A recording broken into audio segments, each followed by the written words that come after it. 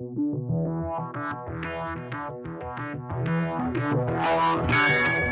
were able to film Chris Solinsky at 300 frames per second while running the 10K and measure his stride mechanics.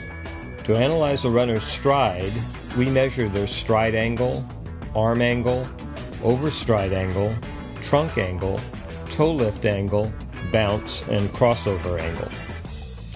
The stride angle is the maximum opening between the front and trailing leg, usually at toe off.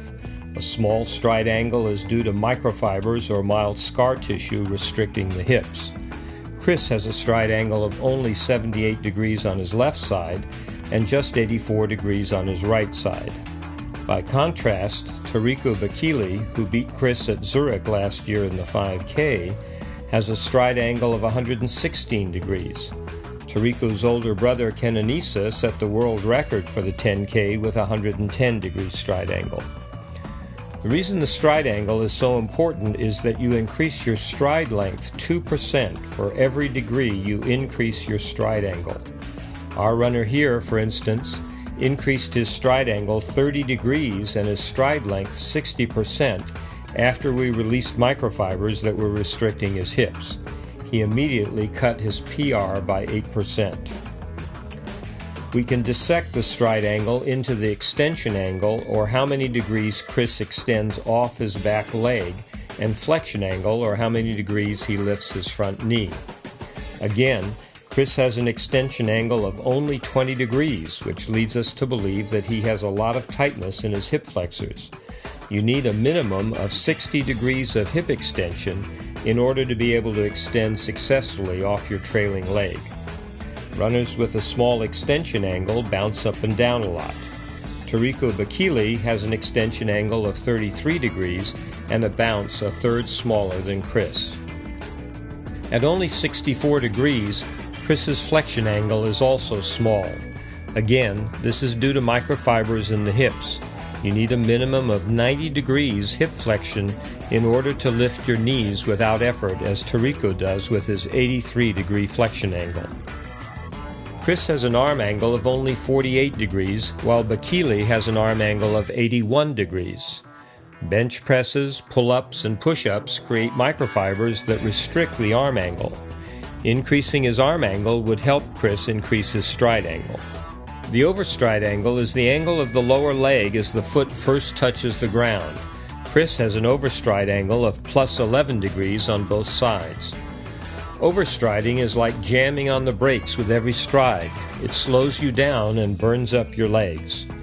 By contrast, Bakili has an overstride angle of minus 3 degrees, and Hikam El Guerrouj, world record holder in the 1500, mile, and 2000, and winner of 21 gold medals, had an overstride angle of minus 14 degrees. Runners usually increase their overstride angle to make up for a small stride angle. Conversely, when we increased the stride angle of one of our runners from 85 to 105 degrees, he reduced his overstride angle from plus 20 degrees to minus 7 degrees. Most world-class runners have a trunk angle of 7 to 10 degrees, as you can see in Bakili and El Guerrouj. Chris has a trunk angle of only 4 degrees. A bigger trunk angle is more efficient as you reduce your overstride angle. A small trunk angle is often the result of microfibers in the back muscles. Toe lift angle is the angle of the foot as it swings forward. Chris has a toe lift angle of 16 degrees. Tariku Bakili had a toe angle of 0 degrees. A toe angle greater than 0 is inefficient. It means that the runner is tensing up the muscles in his lower leg, which wastes energy and tires the legs.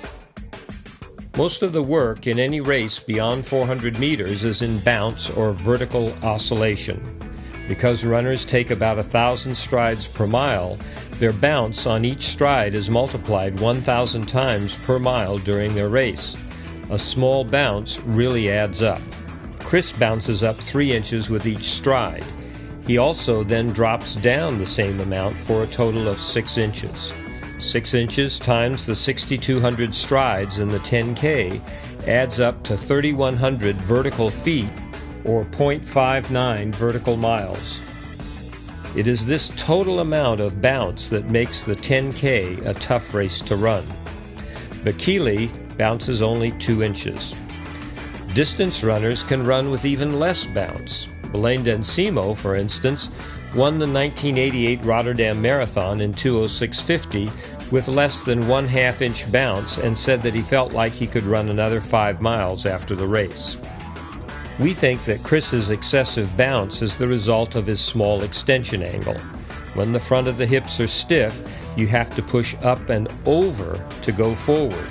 When you have a big extension angle, you can propel your body straight forward. Crossover is the number of degrees you cross your leg over toward the midline. Chris has 9 degrees on his right side and 5 degrees on his left side.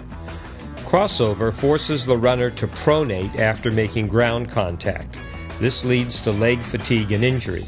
You can see the extreme pronation and sideways movement of his right ankle that occurs 3,100 times with every 10K.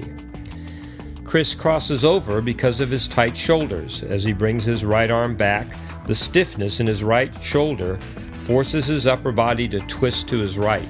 He then has to swing his right leg to his left in order to compensate. Haile Gebrselassie, who has had a long, successful career in running, crosses over only 3 degrees on his right side and 2 degrees on his left. You're probably asking yourself right now, how can a runner who is so stiff and bounces so much hold the American record in the 10K? We believe that he must have an extraordinarily high VO2 max, likely in the high 80s, maybe even the low 90s. It is this huge aerobic capacity that enables him to compete in the 5 and 10K. Unfortunately, his small stride angle and high bounce prevent him from winning internationally. Like many Caucasian runners, Chris has a high VO2 max but low running economy or fuel efficiency compared to the African runners who beat him. This difference between Caucasian and African runners was confirmed by research that was published back in 2000. It means that Chris uses up more oxygen and fuel at race pace than the Africans who beat him. He keeps up with them during the race, but falls behind at the end because he just runs out of gas. Unfortunately, this is often mistaken for lack of fitness, and the runner then pushes himself to increase his mileage or effort during training. It never occurs to him that his stride is the problem, not his fitness. Unfortunately, training with large crossover, overstride, and bounce creates more scar tissue in the hips, further reducing the stride angle. Imagine what Chris could do once he gets rid of the restrictions to his flexibility so that he can run like Bekele, with a stride angle of 116 degrees or more, and an arm angle of 81 degrees, an extension angle of 33 degrees, a flexion angle of 83 degrees, and a bounce of only 1/2 inch. We think he will be able to achieve world records from the 1500 all the way up to the marathon. He has that much potential.